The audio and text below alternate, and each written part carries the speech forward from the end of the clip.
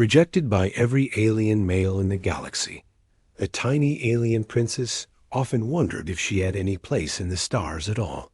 Her name was Lyra, and her people, the Allore, were a proud and tall race with skin like silver glass. They valued strength, power, and size. But Lyra had none of those things. She was smaller than even the children of her kind, her voice soft, her frame delicate. From her earliest years, she had been told she would one day marry to unite her people with another world. Yet whenever she was presented before alien courts, the suitors laughed. The giant reptilian males of Zor said she was too fragile. The stone-skinned warriors of Var shook their heads and called her useless. Even the winged princes of Oro dismissed her, saying she was barely worth a glance. One by one, every world rejected her dot. At first she told herself it didn't matter. She told herself she didn't need their approval. But deep down, it hurt. She watched other princesses walk proudly beside their chosen partners, respected and honored. She wondered if she would always be alone, drifting from star to star, unwanted. When she returned home after her final rejection, Lyra felt like a ghost inside her own palace. Her parents, the king and queen, spoke kindly but carefully, afraid of wounding her spirit even more. Her friends whispered pity when they thought she wasn't listening. The galaxy seemed like a vast, cold ocean, and she was a single small drop lost in it. One night, Lyra sat by her window, staring at the stars. She remembered a boy she once knew, though not of her world. His name was Daniel, a human she had met years ago at a rare diplomatic gathering on a neutral station. Humans were not often invited to such places. They were newcomers to the galaxy, seen as strange, dangerous, and unpredictable. But Daniel had been there, quiet and curious, watching. The room as if every alien was a new story. Lyra had been younger then, nervous at her first event. No one had wanted to speak to her, not even those of her own kind. Daniel had noticed. He had simply walked over, smiled, and asked her what food was safe to try. She remembered laughing. For the first time in weeks, the two of them had talked about small things, stars, music, and the strange ways of their people. He never once looked at her with mockery. For a short moment, she had felt seen. But after the gathering, he had returned to Earth, and she to her duties. Years had passed since then. She wondered now where he was, what he was doing. Did he even remember her? Or was she just another face lost in the galaxy's endless crowds? The thought made her heart ache. She wanted to reach out, to find him, to feel that strange warmth again. But how? She didn't even know if humans still remembered the fragile princes who once shared a laugh with one of their kind. Still, as lonely as she was, a spark of hope lingered in her chest. Perhaps Daniel was out there, somewhere under these same stars, thinking of her 2 days passed slowly. Lyra tried to go about her duties, but her heart wasn't in it. She dreamed of leaving, of finding her own path. But tradition bound her, and she feared disappointing her family even more than she already had. Then one evening, she overheard her parents whispering. They were speaking of a final attempt, one last embassy. To Earth, Lyra's heart raced. Of all the worlds, of all the choices, why Earth? The humans were seen as wild, unpredictable. No one trusted them fully.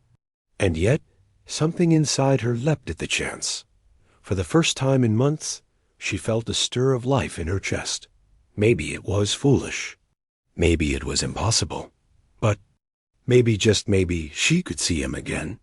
The days leading to the journey were filled with nervous anticipation. She prepared her gowns, studied human customs, and tried to quiet the fears in her heart. Would they reject her too? Would they laugh as the others had? Or would she find that brief spark of acceptance again? The ship lifted from her homeworld, with a low hum, carrying her toward the blue-green planet humans called Earth. She stood by the viewing port, watching the stars drift past. Somewhere in the galaxy was Daniel, the one human who had once made her feel less alone. She didn't know if he remembered. She didn't know if he cared. But she knew one thing. She was tired of being rejected, tired of waiting for others to define her worth. As her ship cut through the endless dark, she whispered to herself, a vow carried on soft breath, rejected by every alien male in the galaxy. But maybe, just maybe, I'll find acceptance with a human. And for the first time in a long time, Lyra smiled. Asterisk, the journey to Earth was long, but to Lyra, it felt even longer. Each hour stretched like a heavy chain, pulling her deeper into her own thoughts. She stood by the window of her cabin, watching the stars pass. Each one reminded her of the distance between her and Daniel, the human boy who once treated her kindly. She wondered if she was foolish for holding on to a memory. After all, many years had passed. Perhaps he had forgotten her entirely. Perhaps he had built his life on Earth, far from the strange, fragile princess he once spoke to, but the memory of his smile would not leave her. It was a warmth she could not replace, not with all the silken halls of her palace or the glittering lights of alien courts. He had seen her not as weak, not as small, but as someone worth talking to. And that simple kindness had stayed with her longer than all the grand speeches of princes and warriors. When the ship finally entered Earth's orbit, Lyra pressed her hands to the glass, staring at the swirling white clouds and blue oceans. Earth looked alive, untamed, wild, compared to her own polished homeworld. She felt a strange mix of fear and excitement. Her parents had sent her here as a last attempt to form a bond with humans. To them, it was political. To her, it was personal. As she stepped onto the soil of Earth for the first time, the air felt different, heavier, full of scents she didn't recognize. She was escorted to a human city where diplomats gathered. The people around her moved quickly, their voices strong, their eyes sharp. She felt small again, just as she had felt in the courts of other worlds. And then she thought of Daniel. Was he here? Would she see him? Did he even live in this city? She wanted to ask, but she did not know how.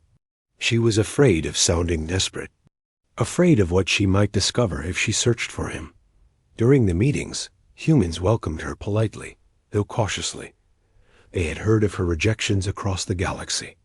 They knew she was seen as unworthy by other worlds. Yet they did not laugh. They listened when she spoke, even if her voice trembled. That alone gave her a spark of courage. But at night, when she returned to her quarters, the loneliness returned. She sat by the window, looking out at the city lights, wondering if somewhere out there Daniel was walking under the same sky. Her heart ached.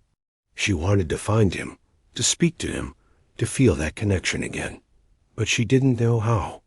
She had no way to reach across the years, no way to knock on the door of his life without fear. What if he had changed? What if he didn't want to remember her? Lyra hugged her knees and whispered, I don't want to be distant from you. I don't want to be alone anymore. The next day, as part of her visit, she was shown human culture. She walked through gardens, listened to their music, and watched children play. It was so different from the strict, ordered life of her own world. There was a rawness to it, a sense that humans embraced life fully, even when it was harsh. And in their laughter, in their songs, she felt something stir. This was why Daniel had seemed so different. Humans carried a kind of hope that was not tied to power or strength. They built connections not because of what someone could offer, but because of who they were. That thought gave her courage. Maybe she was not foolish after all.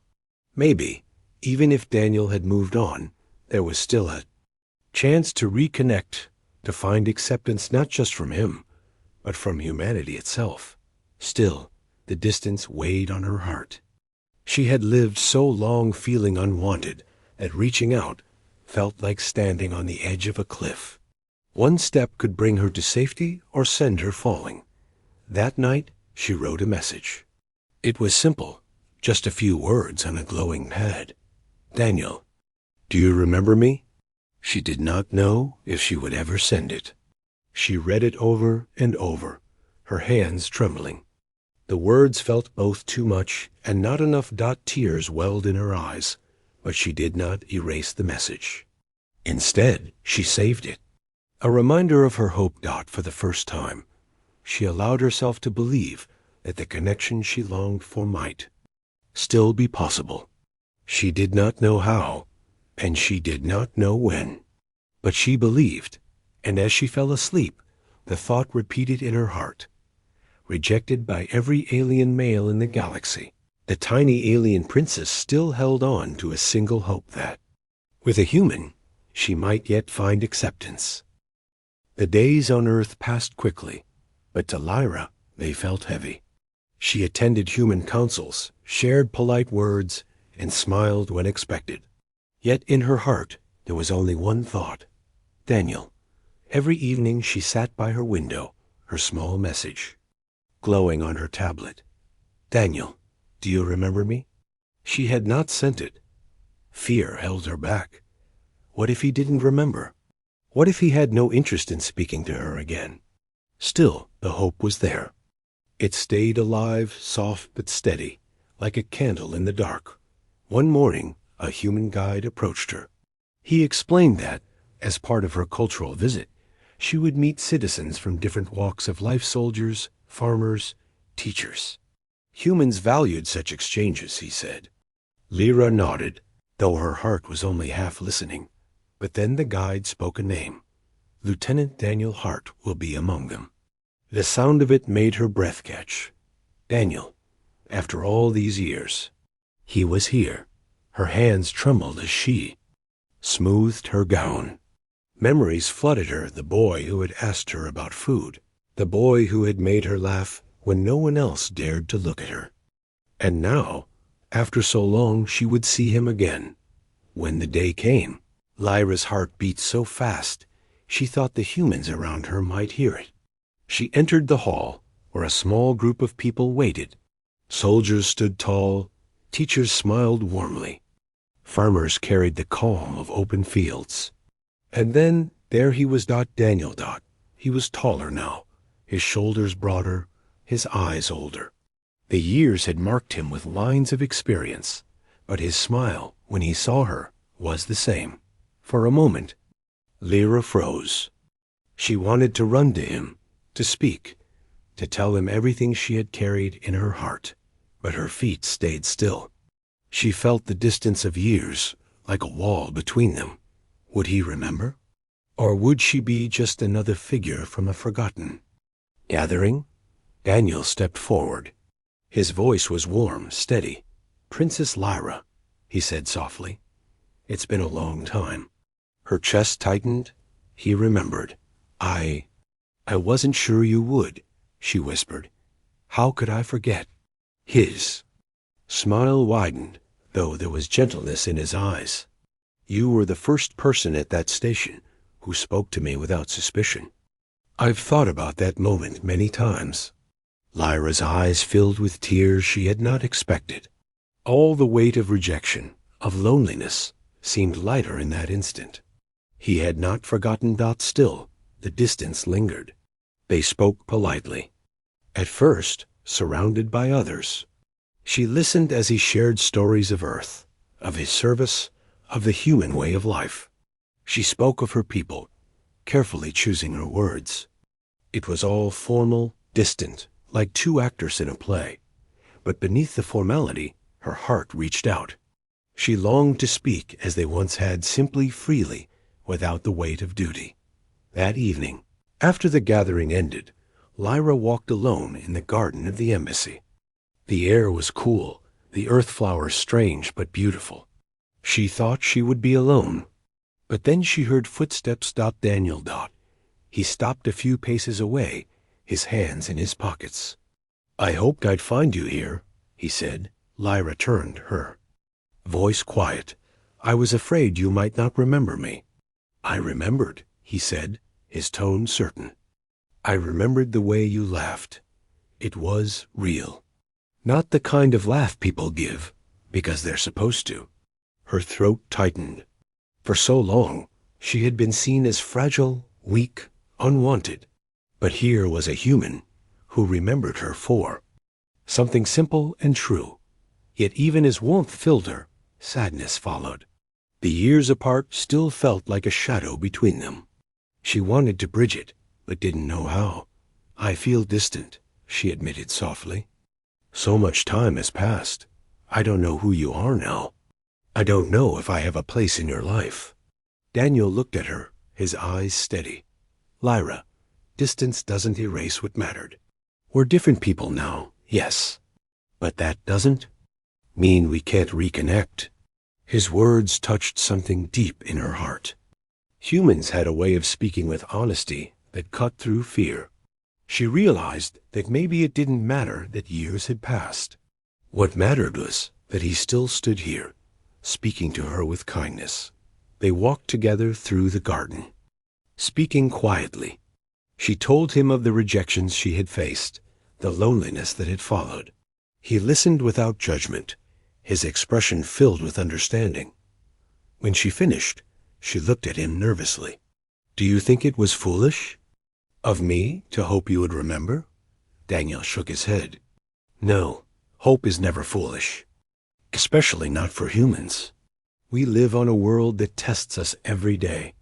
Without hope, we wouldn't survive.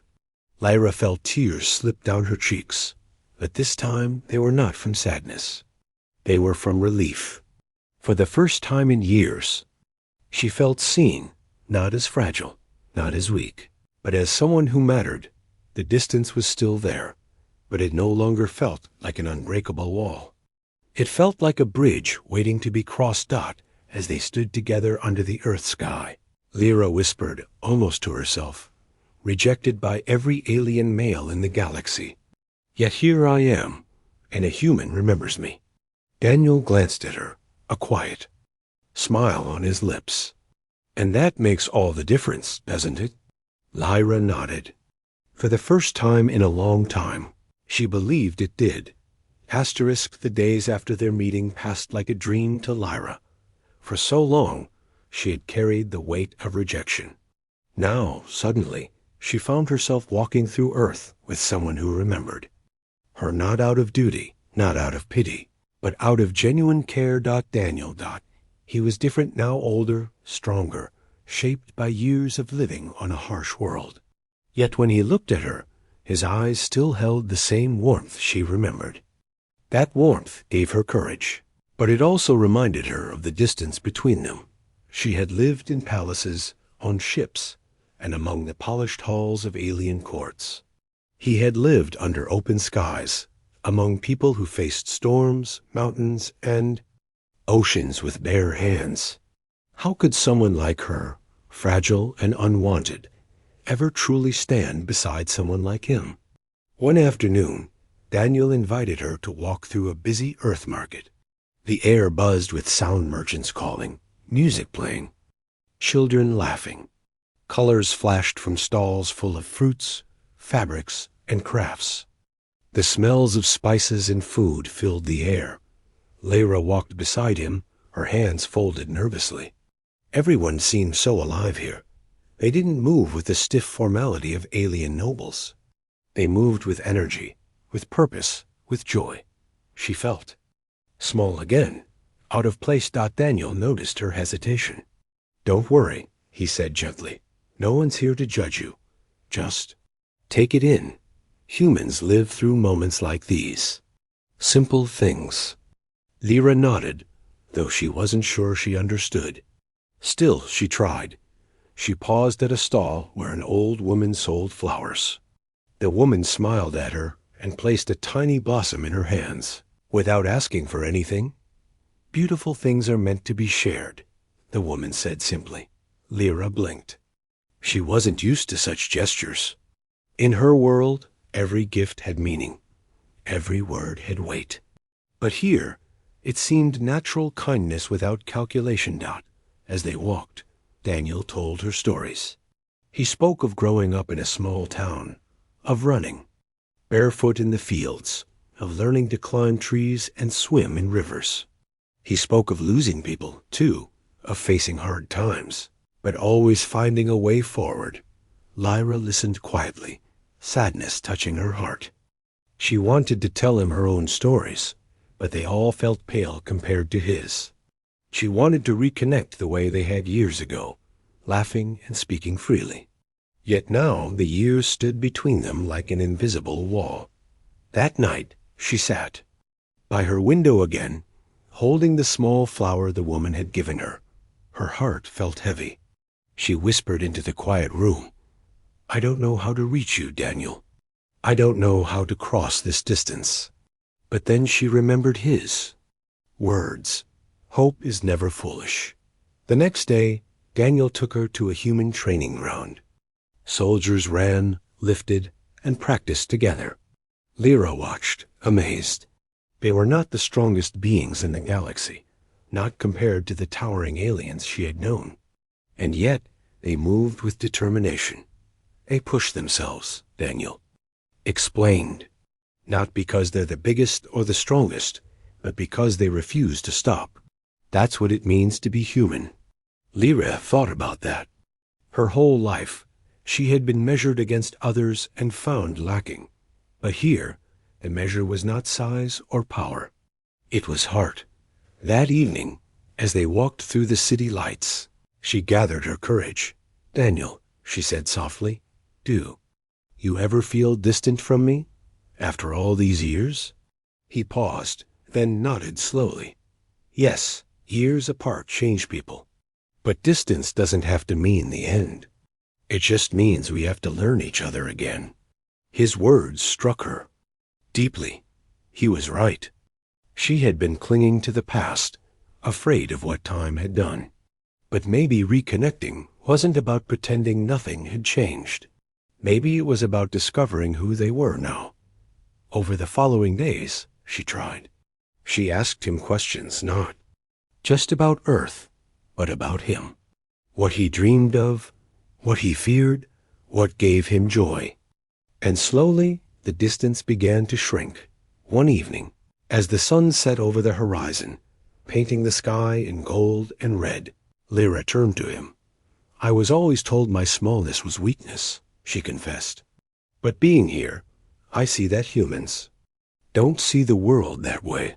You look at me differently." "Why?" Daniel smiled gently. "Because strength isn't just about size.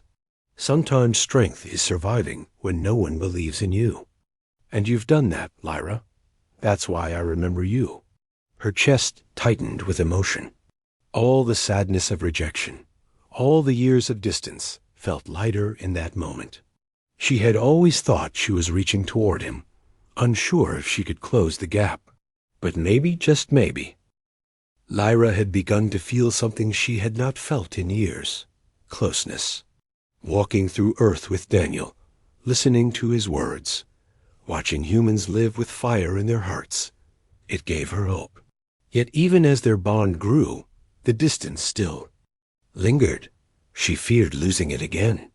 She feared waking one morning to find him gone, as he had been for so many years before. One evening, her fears grew heavier when news reached the embassy. A message from her homeworld.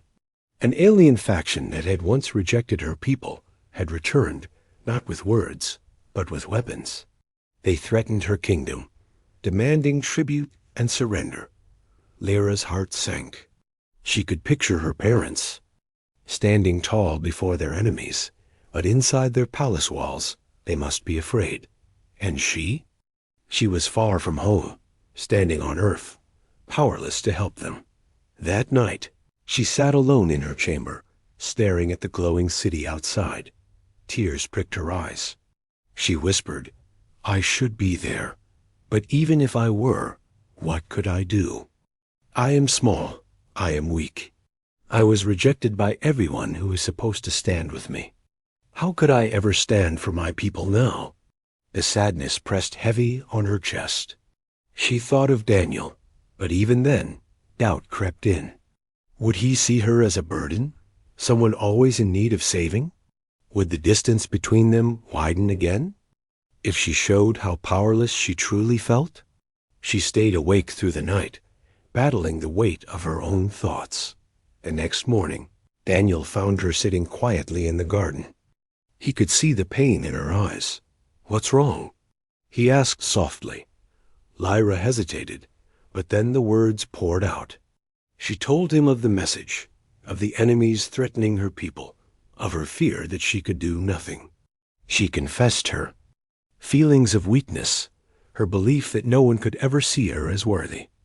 When she finished, she looked at him with tearful eyes. "Do you see now? Do you see why no one wanted me? I cannot even protect my own home." For a moment, Daniel was silent. Then he crouched down beside her, his gaze steady. "Lyra," he said, his voice firm but kind. "You're wrong." She blinked. "Wrong?" "Yes. You think worth is about power, or size, or fear. That's what those other aliens believe. But humans," he touched his chest, "we measure worth differently. We measure it by heart, by courage, by the will to stand even when the world tells you to kneel." Lyra shook her head. "But what can I do? I'm so far away. I don't even know how to begin." Daniel's eyes softened. "You don't have to do it alone. That's the human way, too. We don't leave people behind. You care about your people. You ache for them. That already makes you worthy. And if you choose to fight for them, I'll stand with you." His words broke something inside her, something heavy, something cold. For so long, she had carried rejection like a chain. But here was a human, telling her she was not weak, telling her she was not alone. Still, doubt lingered. "What if I fail?" she whispered. Daniel's lips curved in a small smile. "Then we fail together. But I'd rather fail with hope than never try at all." Hope. That word again. The human word that seemed to hold so much power. That evening, they sat together, planning. Daniel spoke of strategy, of finding allies among humans who would be willing to help her world. Lyra listened, her sadness slowly giving way to determination. For the first time, she dared to imagine herself not as the unwanted princess, but as someone who could act. Yet deep inside, she still felt distant. Not from her people now, but from Daniel. She wanted to tell him how much he meant to her, how much his words kept her alive. But the years between them still frightened her. She didn't know how to cross that final space between them that late that night.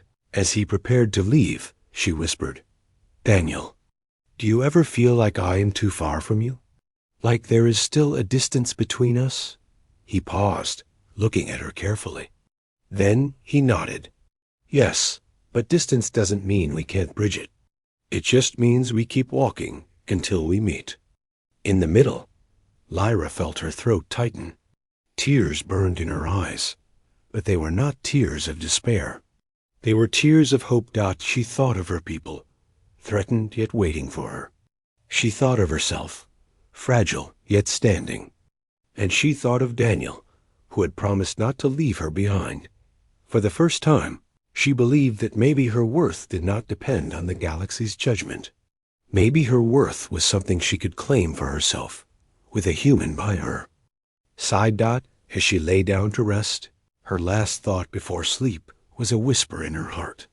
Rejected by every alien male in the galaxy, the tiny alien princess would not be rejected by a human. Not now, not ever. And with that thought, she finally closed her eyes in peace. The embassy halls were quiet that night, but Lyra could not rest. She paced her chamber, her mind heavy with thoughts of her people. The message from home played over, and over in her heart. Enemies had returned, demanding surrender. Her whole life, she had been told she was too small, too weak, too fragile. And now, when her people needed strength, she feared she would fail them again. But then she remembered Daniel's words. We don't leave people behind. If you choose to fight for them, I'll stand with you." That promise lit something inside her, a fragile flame, but a real one. The next morning, she found Daniel waiting in the garden. He looked calm, but his eyes showed he understood the weight she carried. "They'll come soon," he said, his voice steady. "But we don't have to face them unprepared." Lyra nodded, though her hands trembled. "I still feel distant from them. From my own people. I've been gone so long, Daniel. I don't know if they'll see me as their princess anymore." Daniel turned to her, his expression firm. "Then show them who you are now. Not the princess they remember. Not the fragile girl the galaxy mocked. Show them Lyra, who still cares enough to fight. That's all that matters." She swallowed hard.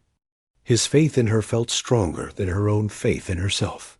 Together, they met with human leaders. At first, the council was cautious. They reminded Daniel and Lyra that Earth was not yet strong in galactic politics. "We cannot risk war for another world," one diplomat said. Lyra's heart sank at the words. She felt the sadness return, the old familiar ache of being rejected. She feared the distance would grow again, that she would lose Daniel's support too. But before she could speak, Daniel stood. His voice was calm, but filled with fire. "You call humans reckless, dangerous, unpredictable," he said. "But let me tell you what we really are. We're the ones who run into storms, who rebuild after quakes, who carry each other when we fall. You want to measure worth in power? Fine, but our power is not in size, it's in never giving up.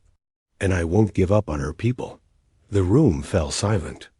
Lyra stared at him, her heart beating fast. In that moment, she realized she was not alone. She was not distant. Someone was standing with her, in front of others, unafraid to speak.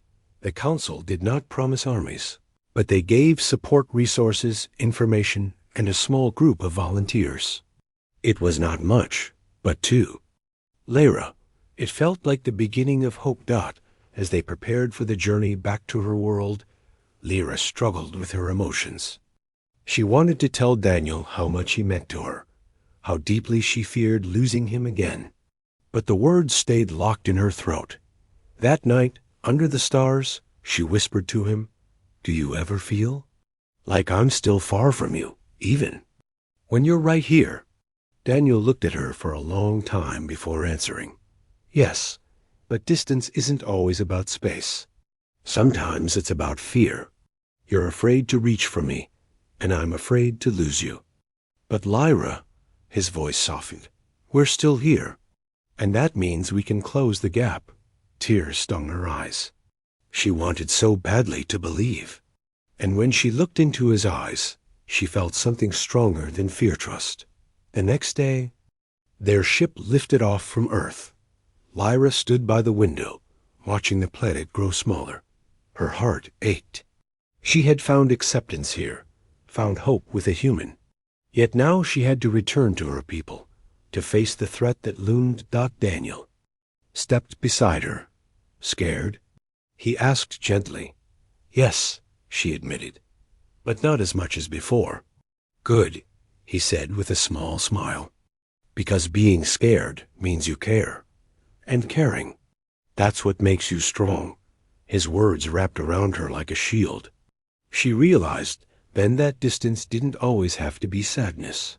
Sometimes it was the space between two people, walking toward each other, slowly closing the gap. When they reached her world, the sight of her home filled Lyra with both longing and fear. Smoke curled in the distance, a sign of the enemies who had come. Her people gathered in the palace square, their faces uncertain as they saw her step from the ship. For a moment, she froze. Would they laugh at her again? Would they see only weakness? But then she felt Daniel's hand brush lightly against hers, steadying her. His presence gave her courage. She stepped forward, her voice clear though her heart raced. "My people, I know I was gone too long. I know the galaxy sees me as small, as unworthy. But I am here now, and I will not let us bow to fear." The crowd stirred. Some looked doubtful, others surprised. But none mocked her. Daniel stepped beside her, his voice carrying strong. "She is not alone. Humanity stands with her. And if you think size or strength decides victory, you don't know what hope can do." For the first time, Lyra saw her people looking at her not with pity, but with something new possibility. That night, as she prepared for the coming struggle, Lyra whispered to herself, "Rejected by every alien male in the galaxy. But now, with a human I will stand." And in her heart, the distance she once feared no longer felt endless.